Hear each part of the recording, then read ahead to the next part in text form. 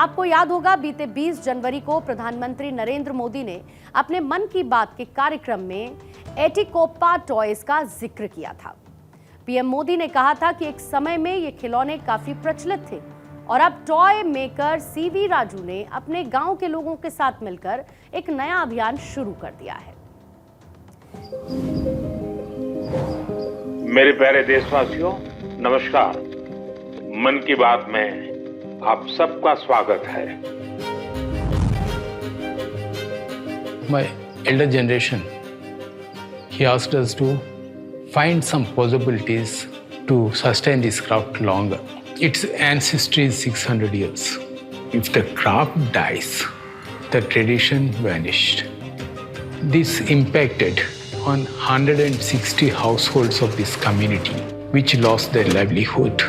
Even I am not a craftsman, but art and craft known me.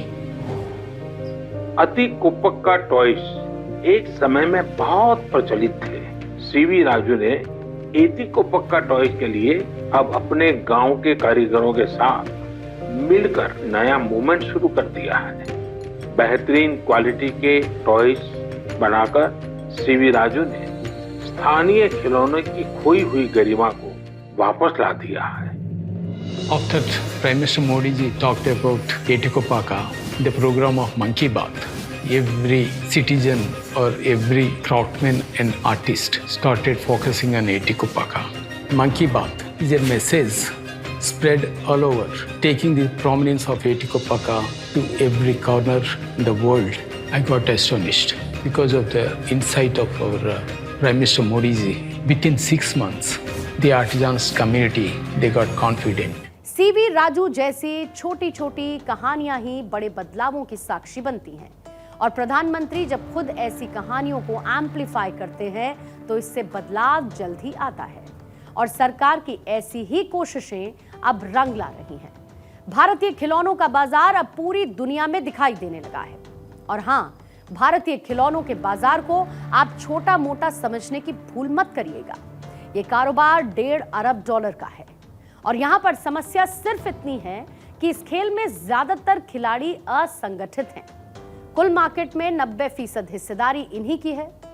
आने वाले 2 सालों में भारत का टॉय मार्केट $2 से $3 अरब का आंकड़ा छू सकता है, जहां पर अंतर्राष्ट्रीय स्तर पर डिमांड 5% की बजाय बढ़कर 10 से 15% की होने की उम्मीद है। यहां पर केंद्र सरकार के इस पुश के चलते कंपनीज ने भी इनोवेशन पर जोर दिया। देसी कंपनीज जो कि खिलौने बना रही थी, उसमें भारतीय संस्कृति की झलक दिखती है। इसमें फन स्कूल और हासप्रो मार्केट लीडर्स हैं और ये अपने खिलौनों और गेम्स में भारतीय जायका लाने की कोशिश कर रहे हैं। इसके अलावा इस सेक्टर में तमाम स्टार्टअप्स भी सामने आ रहे हैं। ये इको फ्रेंडली भारतीय चीजों से खिलौने बनाते हैं। इन खिलौनों में भारतीय कल्चर दिखता है। इन्हें अलग अलग थीम पर तैयार किया जाता है। इसमें जन्माष्टमी से लेकर रामायण तक की थीम झलकती है। इन खिलौनों की तगड़ी डिमांड भी है और भारतीय ग्राहक इन्हें हाथों हाथ लेते भी हैं। भारतीय माता पिता भी इन खिलौनों के जरिए अपने बच्चों को इंडियन कल्चर के करीब आसानी से ला पाते हैं। फन स्कूल इंडिया के सीईओ आर जसवंत का कहना है कि इस मार्केट में शानदार अपार संभावनाएं हैं और आने वाले समय में ये मार्केट और ज्यादा बूम करेगा। शूमी टॉयज की फाउंडर मीता शर्मा कहती हैं कि पुराने जमाने के खिलौनों ने दोबारा से वापसी की है। देसी कैरेक्टर्स से बच्चे खुद को आसानी से जोड़ लेते हैं। हासप्रो इंडिया के कमर्शियल डायरेक्टर ललित परमार कहते हैं कि यादों को जोड़ना गेम्स और टॉयज में सबसे अहम पहलू होता है। हम सभी कई तरीके के पारंपरिक खेलों से होकर गुजरे हैं और कुछ ऐसे कैरेक्टर्स हैं जो कि हमेशा हमारी जुबान पर होते हैं। हम इस इंडस्ट्री में कहां पर गुम हुए थे उसको भी समझिए। सस्ते लेबर के चलते भारतीय खिलौना बाजार में चीनी खिलौनों की भरमार थी और आज की तारीख में दुनिया में जितने भी खिलौने बिकते हैं उनमें से करीब 75% चीन में बनते हैं। चीन $45 अरब के खिलौनों का निर्यात करता है। हालांकि चीन के खिलौनों के साथ दिक्कत है। ये सिर्फ स्थानीय मैन्युफैक्चरर्स के लिए खराब नहीं है, बल्कि उपभोक्ताओं यानी कि जो कंज्यूमर्स हैं, ये उनके लिए भी अच्छे नहीं हैं। साल 2009 में भारत सरकार ने चीनी खिलौनों पर 6 महीने का बैन लगा दिया था और इसमें सिक्योरिटी कंसर्न्स की बात कही गई थी, सुरक्षा का हवाला दिया गया था। भारतीय बाजार में बेचे जाने वाले चीनी खिलौने जहरीले थे। इसमें भारी मात्रा में कैडमियम और लेड पाया गया और ये दोनों ही चीजें कैंसर पैदा करती हैं। मतलब चीन ने दुनिया को सिर्फ कोरोना ही नहीं दिया, बल्कि वो पूरी दुनिया में छोटे बच्चों को जहर वाले खिलौने बांट रहा था, और वो भी सिर्फ मुनाफा कमाने के लिए। खिलौने खेलने की चीज होती है, लेकिन चीन ने सिर्फ अपने फायदे के लिए बच्चों की जान के साथ खेला। छोटे बच्चे जब इन टॉयज से खेलते हैं तो खेलते खेलते खिलौनों को मुंह में भी लगा लेते हैं, और जब वो इतने खतरनाक केमिकल से बने हुए इन टॉयज को मुंह से लगाते हैं तो आप सोचिए इसका बच्चों पर क्या असर पड़ता होगा।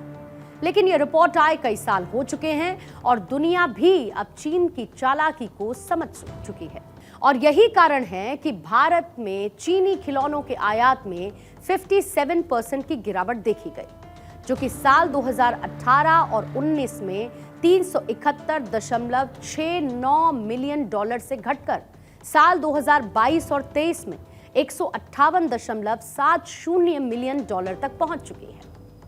Ministry of state for commerce and industry के मुताबिक भारत के खिलौनों के निर्यात में 60% की प्रभावशाली वृद्धि हुई, जो कि साल 2018 और 19 में 203.46 मिलियन से बढ़कर फाइनेंशियल ईयर 2022-23 में 325.72 मिलियन की हो चुकी है।